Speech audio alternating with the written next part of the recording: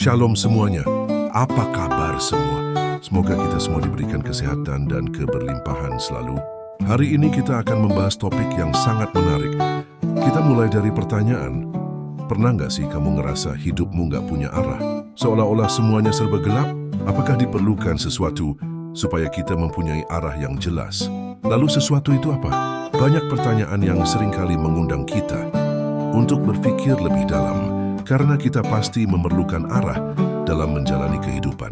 Jadi tonton video ini sampai tuntas.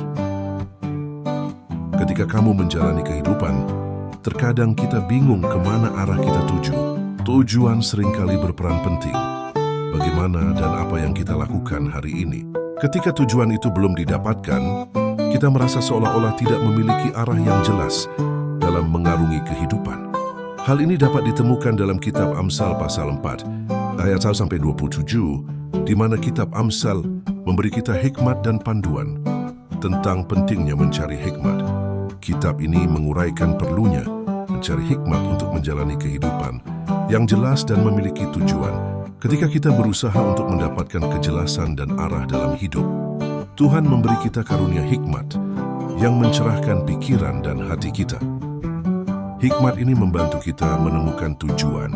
Kitab Amsal jadi pengingat bahwa penting untuk mendengarkan Tuhan dan meminta bimbingannya untuk membuat keputusan yang rasional dalam hidup. Saya punya cerita yang menarik. Ada seorang dari teman saya, sebut saja si A. Teman saya si A ini dilema antara keputusannya untuk melanjutkan kuliah atau bekerja di pilihan karirnya. Karena kondisi si A ini cukup punya masalah di ekonomi, maka si A masih mempertimbangkan mana keputusan yang terbaik. Melanjutkan kuliah atau bekerja di karir, yang mana terpaksa stop kuliah dulu. Di situ ia cerita ke saya bahwa ia cukup dilema. Di satu sisi ia ingin melanjutkan kuliah sampai tuntas. Di sisi lain dia terkendala ekonomi. Di sini bagaimana keputusan dia dalam menjalani kehidupan diuji oleh Tuhan. Apakah dia meminta hikmat kepadanya atau tidak? Lalu beberapa hari setelahnya ia bercerita kembali, katanya, "Saya sudah memutuskan bahwa saya stop kuliah." Tanya saya, "Loh kenapa? Coba dipikir-pikir kembali." Si A menjawab, "Tidak, saya sudah berpikir beberapa kali. Dan saya juga berdoa kepada Tuhan supaya diberikan petunjuk." Kataku, "Oh iya, berarti kamu dapat hikmat dong." Kata dia, "Oh itu hikmat ya." Kataku lagi, "Tentu itu hikmat dari Tuhan." Lalu ia berterima kasih pada Tuhan karena hikmat yang diperoleh.